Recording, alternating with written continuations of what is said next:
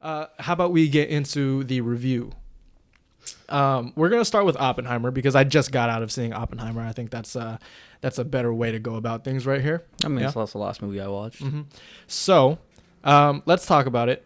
Oppenheimer, a very, very, very long movie, but also it was very good. And this was a weird one for me. I think Christopher Nolan is one of those super interesting directors where he makes the movies he wants to make nowadays, and like nobody can tell him anything. He has like so much power in Hollywood, and it's his first biographical movie about a real person, and he took 3 hours to tell this story, and I feel like it's justified because it is a very interesting and very kind of like political biopic of J. Robert Oppenheimer. And yeah, man, so I watched it today. I don't know how to feel. I have no fucking clue how to feel. I texted someone today. I was like, yeah, I just got out of Oppenheimer. I wanted to blow my fucking brains out, but I could not stop looking at the screen. And I feel like that's all I can really say about this movie. First of all, I'll just say this. Cillian Murphy, fucking fantastic actor. Great in this movie. His eyes tell the entire story for him, basically. Christopher Nolan, he's great at directing as well. I think all of the talking scenes, and it's a very dialogue-heavy movie. And it's edited so fast-paced. And for a 3-hour movie, for it to be edited this fast-paced and this quick, definitely kept my attention.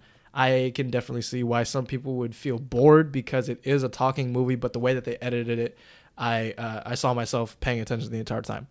The music and the sound design I thought was great. Christopher Nolan has this kind of reputation nowadays that you can't hear shit. And I was looking out for that when I went into this movie. I can hear everything, I think. I don't know. What about you? Mm-hmm. Yeah. It's definitely not like Tenet, Tenet was just the sound itself was the issue. Why would I say that? Everything else was the dialogue was way too low and the sound was way too high. Yeah, that's what I'm saying. Like Christopher Nolan has a tendency to have bad sound mixing in his movies. Apparently The Dark Knight Rises has that kind of issue also. Inception also kind of has that issue. Interstellar also kind of has that issue, not as bad. But in this movie, I had no issue. When I watch it for a second time, I am going to use the closed captioning device because I want to get everything. I feel like I have not soaked in everything that was in that script. And it pisses me off because Christopher Nolan is a super smart filmmaker and he is a super smart man. I am not, but I kind of pride myself into trying to get every line of dialogue in every movie, and I just could not with this. I was so lost in a majority of it, and I feel like at the end of the movie I got kind of a grasp of what everybody was feeling and everybody was thinking, but the majority of the movie I was pretty lost, and it had nothing to do with audio issues. It was just the fact that this fucking guy is so smart and the script is fucking airtight. A great script, by the way. I just could not follow along as much as I'd like to. That being said, everybody in this movie, ensemble cast, and there's a lot of people that weren't even in the trailers or even on my radar to be in this movie. And I did the little Leonardo DiCaprio, right? The Quentin Tarantino shit at some people. I'm not going to spoil it yet, but we'll talk about it. There's a couple of actors that I know that you'd like to talk about, but excuse me. Oppenheimer, cinematography is fucking fantastic. Also, I don't have the name of the guy who did the cinematography, but he did fucking great. Black and white was what was it? Subjective, right? Objective, subjective, something like that. Basically, black and white tells what actually happened, and then anything in color is up for debate. And I like how Christopher Nolan plays with that. I haven't seen that done in a lot of the other stuff. And then just overall, man, I think that the movie was fucking great. It's just, damn, bro, I feel stupid after watching this. I can't even give a rating on the movie because I need to watch it again. I just know that it was good, but like again, it goes back to that text that I sent one of my friends. I was like, dude, I just watched Oppenheimer. I want to blow my fucking brains out, but I did not want to stop watching the movie. And I think that's how I feel. One last thing before I pass it off to Hauder. The atomic bomb sequence is not what you expect, but it was perfect. And that's all I'll say about that until spoilers. Hauder, you watched Oppenheimer. What do you think about the 3-hour-long movie? So, context behind this is I watched it after Barbie and after like a 10-hour shift. I'm sorry. This was like, for me, one of the best movies I've ever seen. I was locked in the whole time. And I thought they did very well at explaining things to people who wouldn't understand it. Because the whole point of the movie was that Oppenheimer was smarter than everybody else. And that's the reason that he was playing things so close to his chest and stuff. And then he got tricked, obviously. It's in the trailer, so it's not really that big of a spoiler. He got what? He got like framed and stuff and tricked by his own government. I just thought this was like... Move the mic closer. I think this arguably has to be Nolan's best movie. I was definitely thinking that too. Based on everything, from cinematography to sound, but like the way they use sound in this movie was crazy because it would just be completely silent. And I'm talking like no sound at all. I could hear the speakers turn off to just like this loud explosion. And that's what kept me awake half the time too. Because honestly, I felt like you. I was like so lost in like the scene itself, and then just this like moment of like super loud explosion, or the scenes where it would show stars and stuff. And it's just cool. Sauce. Yeah, it was so cool to see the way that his mind is working. Because the entire time he's like working out these formulas, and he kept mentioning that he's bad at math, and he could just see things. I like the transition from black and white shots to full color shots. I think that was a good touch, and how you could hear like sort of the overall narration of what's happening, and it was them explaining what was going on during the what they call it, Los Alamos. Yeah, during like what was happening at Los Alamos, and it was sort of like an interrogation scene when they were in black and white. So everything in black and white was what was happening sort of present day and what they were dealing with. And all the color shots was what was happening back, like, what was it, 20 years before? Yeah, something like that. And then the transition from time period to time period was like such a smart little like trick. Because he was like using little details, like what point in the war they were at. Like legit, there was a whole scene that I didn't think they had to actually throw in, but it was just there for the movie because we all know where the bomb was dropped. It was dropped in Japan, but them going, "Oh, Hitler killed himself," so that we turn all our attention to Japan now. Because they were planning originally to use it on Germany, but they transitioned and they start picking out little places and stuff. That was a smart ass like way to like tell them we're at this point in the movie now. Yeah. And then I can't say that till after, but there's a point where when they actually dropped the bomb in the movie surprised me. Oh, spoiler, bro. Fuck. Oh, my bad. They dropped the bomb in this movie. Jesus Christ. They dropped multiple. And then you're not going to get this unless you watch the movie, but the marble scenes. Those are so tense. And the scene when they're building everything that draws you in so much. That's something that Christopher Nolan is really good at in his movies, because those scenes reminded me of the Inception planning scenes where like they get their team together and they start planning and going over what they're going to do. I love the fact that he does that with this because, again, like you said, it was kind of hard to follow, but like it was just, he makes it easy to understand still. And even though I didn't, grasp every single concept that he was trying to throw out there, I can see like what he was going for, easy enough, So I appreciated that. Yes. Anyway, I want to point out how little music there was in this, but the sound took everything away from me. Like I thought the sound was the best I've seen in any movie.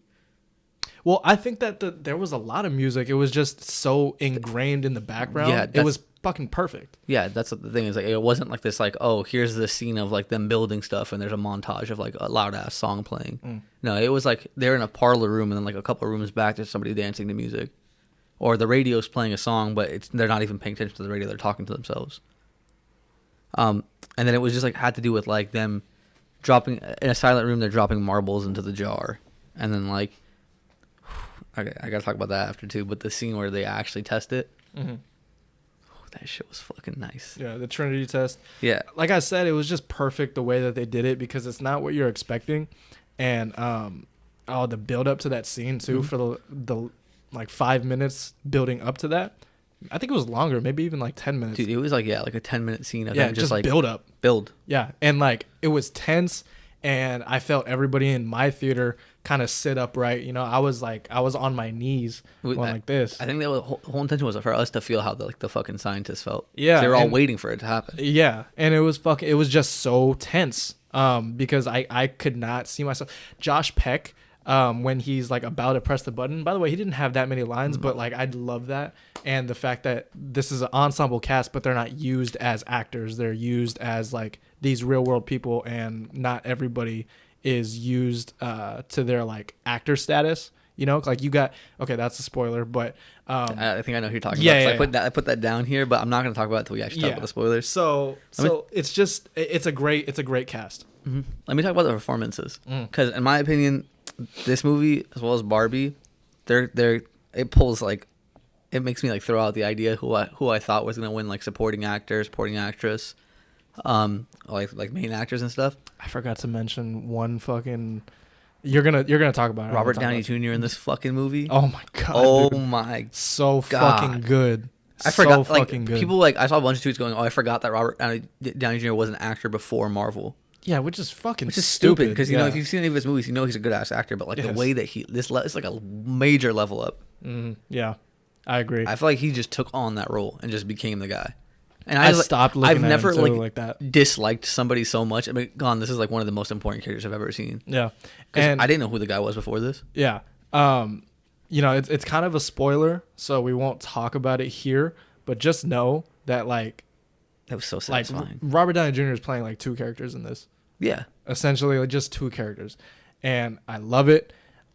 He is probably the front runner right now for supporting actor. I can see who competes against him. And let me talk about that who also. I think the best supporting actress is. Because, I mean, I don't know if you're paying attention, but Emily Blunt in this movie, I genuinely thought she would be like the more the quiet-spoken character. I thought Florence Pugh would be the super outspoken character. No, that shit was surprised, especially the interview scene. Yeah. Where she just starts ripping into that lawyer. That shit was... I thought Emily Blunt took that shit away. Here's the thing about this cast, right? To me, I think there's three main actors. And I'll talk about it in the spoilers, but the fact that there's so many names and in this list and that aren't in this list, but Christopher Nolan picks and chooses who he wants to focus on, to the point where it's like, for the majority of the movie, you don't even know that this is like such an important character, and then it gets to a certain point where that character is needed, and you know they spit out this importance, right? And that's kind of what you were talking about with Emily Blunt. Her performance in that one scene kind of justified her importance for the entire movie.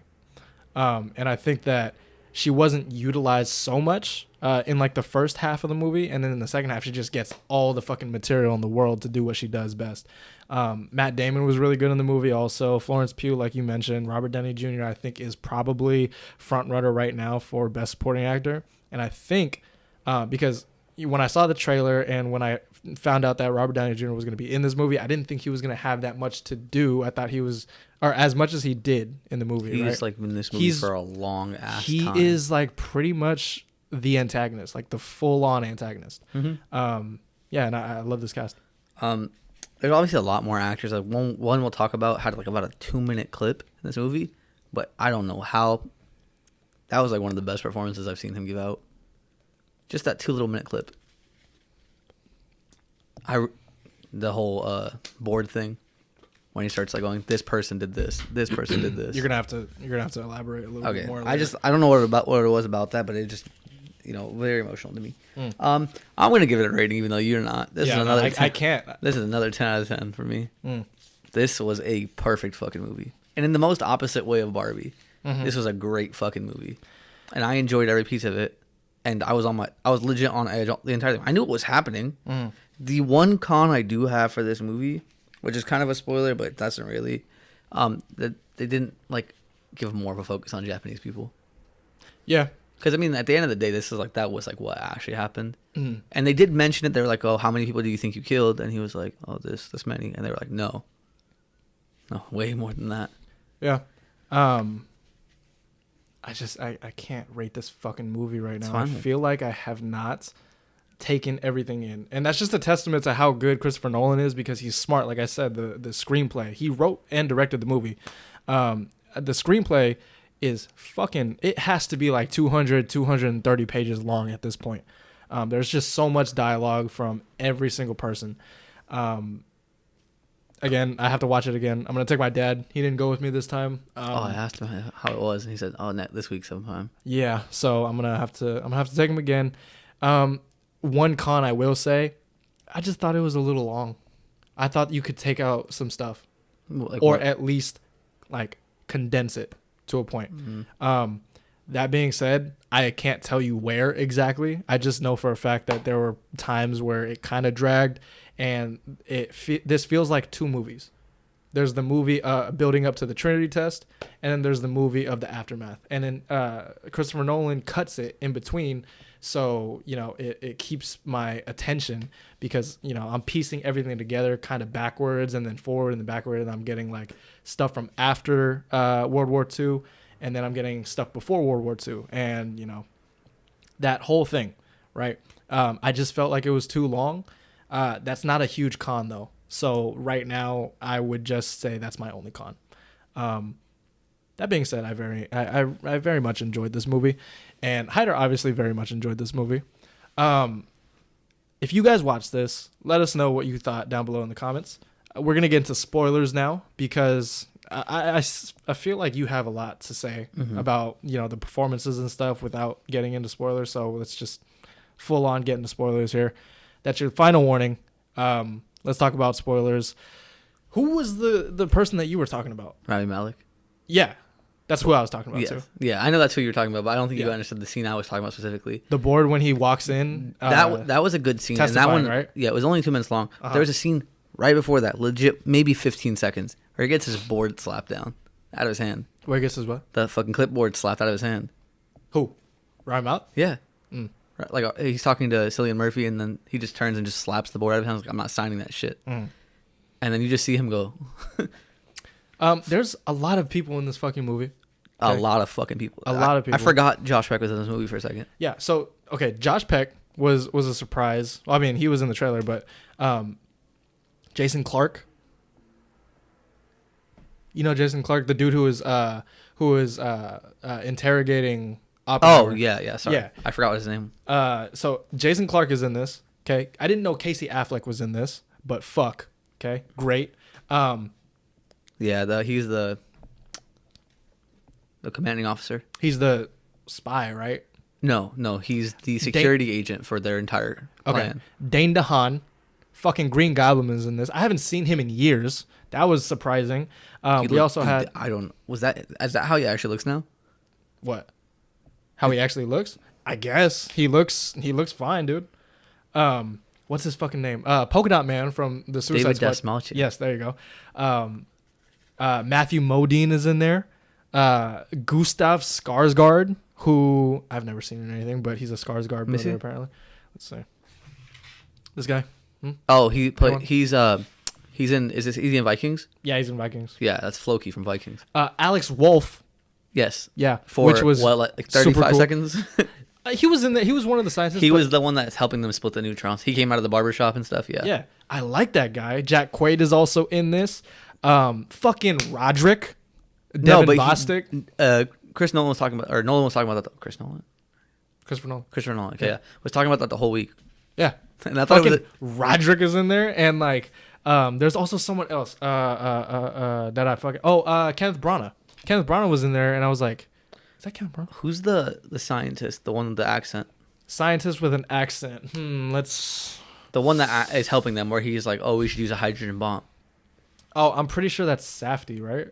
Is that Safdie? I'm pretty sure that's Safdie. I don't think I've ever seen him in anything. Yeah, I'm pretty sure that's Safdie. Right? This guy? No. That's not a good picture, but he's fucking from something, bro. He had like really What's short the dude's hair. name? What's the dude's name? I don't remember his name. He's the one that made they made an agreement to meet every week 1 hour. Yeah, I know who That's you're him? talking about. Edward Teller? Dr. Teller. Or yeah, That's that's him. him. Yeah. Benny Safdie, yeah. Okay. And he looks really young in that picture. Yeah. You know who Benny Safdie is? This is one of the Safdie brothers. Yeah, one of the Safdie brothers. Yeah. Directed Uncut Gems, Good Time. Oh, that motherfucker's a good ass actor. Yeah, he was in Licorice He has Pizza. an accent, or is that a fake accent? I'm pretty sure it's a fake accent. He's Jewish and grew up in Queens. So, anybody else you want to mention? Like anybody else I'm forgetting while I look through this list? Who plays the other Jewish scientist? The one that they met on the train? Wasn't he in The Irishman or something? I know who you're talking about though. The guy from Sky High was in this. What? Yeah, you know the guy from What Sky guy? High was in this. What guy? Will Stronghold, the main character.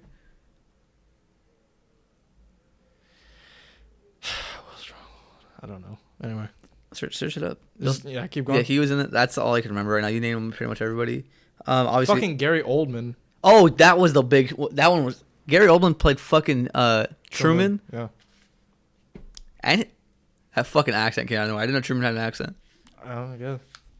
It's a ridiculous fucking cast. Yeah. But it kind of it just speaks to how like good Christopher Nolan I fucking is. forgot Gary Oldman is in the movie. Yeah. I'm looking through all of these names and Doesn't stop. I have to scroll. Yeah. I have to scroll on Wikipedia. So yeah, a lot of names in this. Alden Ehrenreich as the dude that's with Strauss, who's talking. He's Han Solo in the Solo. Oh movie. yeah, he is. That was like a redemption. It was really Solo good. sucked. Yeah, Solo sucked. He was good in it though. Who's the other guy? The one he plays Lawrence. Lawrence. Dr. Lawrence. Josh Hartnett. Yeah, he was really good too, and he was also in an episode of Black Mirror that did really good. That's besides the point. He's been like having a comeback too. All right. So yeah, StatCast. Christopher Nolan. I think it's a testament to how good he is as a director because you have all that talent, and you know people like Gary Oldman literally have 15, 20 seconds. You know, as Truman, in the one scene in the very end, and yeah, man, I can't believe that this cast is fucking this big. Matt Damon, we didn't really talk about him a lot. Matt Damon was really good in this movie. Mm-hmm. He provided a little bit of comedy too because he's like so serious, but at the same time, it's just funny to watch him like with a mustache and shit, like kind of be like a commanding officer or whatever. What else? I know you want to talk about. So much to talk about. I know you want to talk about the Florence Pugh sex scene. That honestly was really awkward. I didn't think it was. No, not the what's it called? Not the actual sex scene, but the one where they're both sitting down naked in the chair talking to each other. Yeah, that was Flipping to Cillian Murphy and Florence Pugh just like legit like this. Yeah, if we did this podcast naked, that's how it would feel. Legit, they're sitting in chairs that look like just this. like this. Yeah. Florence Pugh in this, she's not in this a lot, but I didn't like her character. But she does very well in this movie. You were saying something about like how you thought she was going to be more of an outspoken character, other than Emily Blunt. You spoke about it earlier. The usage of like actors. They put actors that like you wouldn't think played this type of role. She's in the movie for like 5 minutes, and then we were talking about spoilers. She fucking kills herself. Mm-hmm. And then I thought it was a good ass like way to show that he feels guilty about a lot of shit. Mm-hmm. Because I mean, it legit flips from him finding out she died to him crying. Like that also kind of like opened up the fact that he keeps a lot of stuff to his chest, and he has a lot of secrets, right? And that kind of plays into what happens at the end of the movie when he's like getting interrogated by Jason Clarke's character, and he's like kind of just grilling him on the moral that he had before making the bomb and after making the bomb, and when did this moral kind of change for you? Was it before the bomb? Was it after the bomb? And then at the end when he talks to Albert Einstein and it's in color and like it's their conversation, and he talks about how yes I think we did destroy the world, and that's what his final his thought is on this entire like journey of him creating the bomb. I thought all that shit was fucking interesting, and I love how they kept that scene for the very end, but it was shown in black and white throughout the entirety of the movie. I like the butterfly effect or shit that happened in this movie. Yeah, the rippling, right? When he's like staring at the water and he's just seeing the ripple effect of what happens. Oh god, dude, it's fucking great. And then the actual butterfly effect. Like everybody that turned their back on Oppenheimer was somebody that he like accidentally pissed off. Like what? Like I forgot his name already, but the Safdie brother, he like doesn't agree with his hydrogen bomb plan, and so he turns his back on him. Strauss, Robert Downey Jr., with him refusing to tell him what he and Einstein were talking about, and he thought, no, they were talking about me. And then the lawyer, the guy who played Solo, goes, maybe they weren't talking about you, and it turns out they were just talking about each other. And like what, and then Einstein legit just laying it out, like they're gonna turn you into like this thing, and you're gonna know it when you're older, that it's not about you. Yeah, I love the fact that this whole time he's kind of like battling with, should I be doing this, and should I feel like that's the whole theme of the movie, right? Should Oppenheimer be making a bomb that could essentially destroy the world? And if he is successful at it, they're just gonna want more. Yeah, right. And it's a very interesting movie, and again, there's just a lot of shit to talk about, really, because he puts a lot of context in it that I didn't fully grasp. I think that, he was stuck between like a rock and a hard place. Like they wanted him to build this bomb. He's pretty much the only person that could build the bomb. And then it was like, do I wait for them to build the bomb first? Yeah. And obviously, we built it first. Yeah. I think I didn't know that they did that to him. Like I didn't know. There was no point in the history class or anywhere where I was like, they started like saying that Robert Oppenheimer was a fucking a communist, and then they started turning on him, and they started like erasing all his like positive things and all of that shit. And it turns, when like the fucking you get the switch and you find out that it's actually Robert Downey Jr. that did that, you sort of like knew early on. I don't know if you were getting the hints that it was him from the right when like the lawyer stuff started happening. And I was like, damn. I was like, this dude got snaked by one of his closest friends. Even though it was kind of obvious that they were like making Robert Downey Jr. out to be like the villain, a lot of his opening scenes with Oppenheimer were filmed in color. And I was like, okay, it's in color. Did this happen? But with Robert Downey's acting as this guy, and they seem super friendly and stuff, and then they kind of build that relationship, I'm like, okay, well then I get that idea out of my head. Like, okay, well then he's not like the villain. Like he's a good guy, I guess. He might be telling the truth or whatever. But this entire time, he's planning on stabbing Oppenheimer in the back. Again, I think that he's probably front runner for a supporting actor with another person that we're probably going to talk about in a little bit. Anything else you want to say about Oppenheimer? It's a very dense movie. It's very fucking complicated. Going through my notes. Yeah. No, the only thing I'm going to say, the last thing I'm going to say, is just the tables turning on Robert Downey Jr.'s character was one of the most fucking satisfying things ever. I don't know why I was so like into hating that guy, but I don't know. At the end of the day, these people created a bomb. It killed a fuck ton of people, but it was just satisfying to see this dude like get everything that, because he thought he was going to be the next like big thing. Yeah, it's interesting to see Robert Downey Jr. play a villain. Villain. At the end of the day, he is the villain in this movie. Because they don't have, like, they never show you, like, the Germans at all. No. They barely use the context that Robert Oppenheimer is Jewish. They barely do, like, talk about anything with his family. They did a lot with that in the beginning. And that's when I feel like it separates into two movies. One is, like, the life of Robert Oppenheimer and, like, the lead up to the Trinity test. And then after that is, like, Robert Downey Jr.'s movie. Oh, fuck. I need to talk about the Trinity test.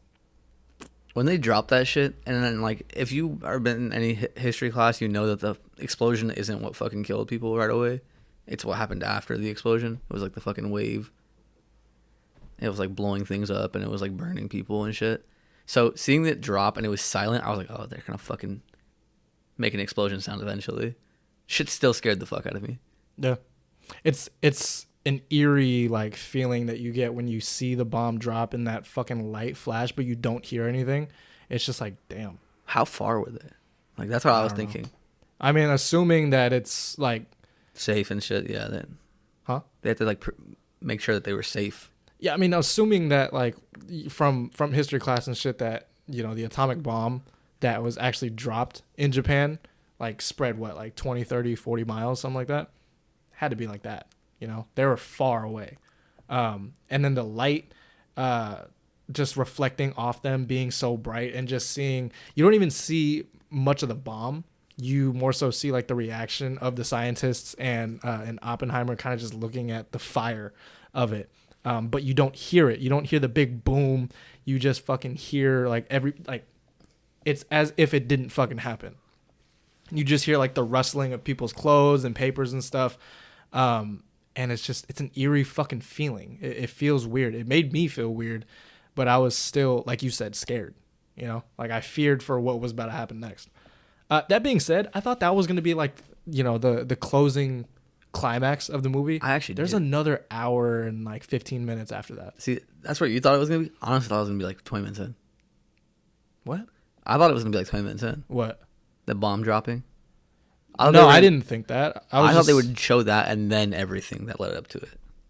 You thought they were going to show the bomb? Well, I had a feeling like after like reading some stuff about it that it was going to be all about like what happened after they dropped the bomb. Okay. Like, I didn't think they would show us the majority of it would be like them building everything, them like setting up Los Alamos and stuff. That was all in the trailer though. What? That was all in the trailer. No, I know, but I didn't think it would end like an hour, like 2 hours in they would have dropped the bomb. I thought it'd be much earlier than that. Yeah, man. But no, I did look at my watch, and I was like, damn, there's another hour to go. What are they gonna do?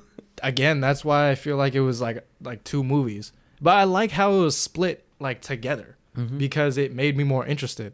I didn't mind it though. The needle drop, right? The needle drop of the bomb.